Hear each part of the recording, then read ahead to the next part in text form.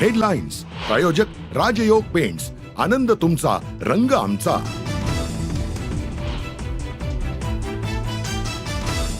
धनंजय मुंडेंना मोठा धक्का, करुणा मुंडेंना पोटगी देण्याचा कौटुंबिक न्यायालयाचा निर्णय माझगाव कोर्टाकडून कायम, धनंजय मुंडेंची याचिका फेटाळली।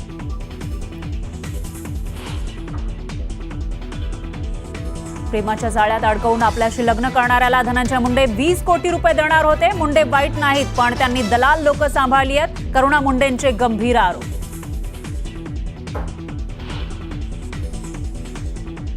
पुन्हा अशा घटना घडू नये यासाठी एसओपी तयार करणार, सर्व चूक रुग्णालयाचीच आहे असं म्हणणं अयोग्य, भिसे कुटुंबाच्या भेटीनंतर मुख्यमंत्र्यांचं आश्वासन, तर भिसे कुटुंबाचा पोलिसांनी नोंदवला जबाब।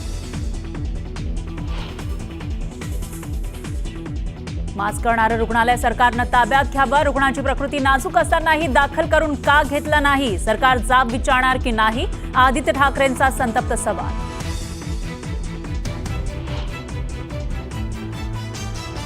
दीनानाथ मंगेशकर रुग्णालयाच्या टेरेसवर चढून लहुजी शक्ती सेनेच्या कार्यकर्त्यांचं आंदोलन, रुग्णालयाविरोधात जोरदार घोषणाबाजी, तर शरद पवारांच्या राष्ट्रवादीकडून चिल्लर फेक।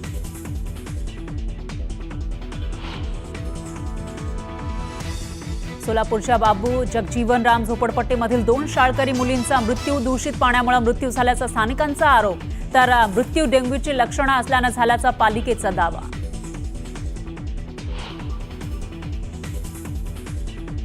मराठी भाषेबाबतचं आंदोलन थांबवण्याची राज ठाकरेंची मनसैनिकांना सूचना, सामंत यांनी भेट घेतल्यानंतर कायदा हाती घेण्याची इच्छा नाही म्हणत राज ठाकरेंनी मानले मनसैनिकांचे आभार।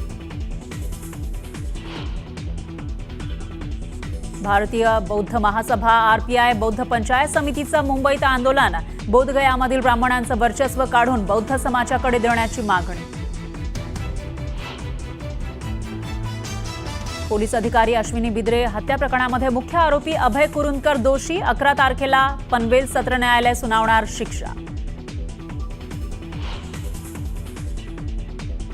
नाशिकमध्ये अवैध सावकारी प्रकरणामध्ये सहकार विभाग आणि पोलिसांच्या धाड सत्रात धक्कादायक बाबी समोर, 8 जणांकडे सापडले अवैध सावकारीचे पुरावे, गुन्हे दाखल।